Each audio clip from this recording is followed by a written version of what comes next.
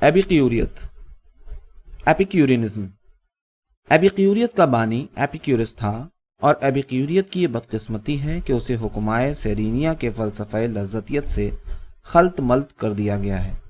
حالانکہ ایپیکیورس کا فلسفہ تمانیت و مسرت، جس کا زیادہ تر تعلق وجدانی تقاضوں کی تسکین سے ہے، فلاسفہ سیرینیا کی لذتیت سے بالکل مختلف چیز ہے، جس میں حسی تقاضوں کی تسکین ہی اہمیت رکھتی ہے۔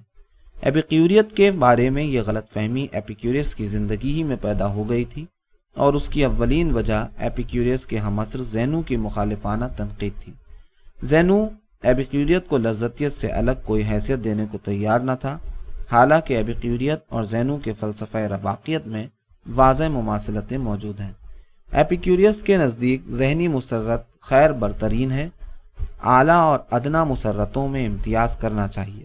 ایپیکیورس کا عقیدہ ہے مال و دولت کی فراوانی، تہذیب کی ترقی اور تعیشات کی افراد سے انسان کی حقیقی مسرتوں میں اضافہ نہیں ہو سکتا، بلکہ اس کے برعکس خواہشات کی کمی اور فطرت سے ہم آہنگ سادہ زندگی بسر کرنے ہی سے انسان طمانینت قلب حاصل کرتا ہے۔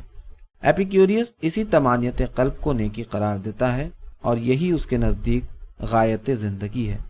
اس نے جسمانی خوشیوں کو روحانی خوشی کے لیے قربان کرنے کی تلقین بھی کی ہے۔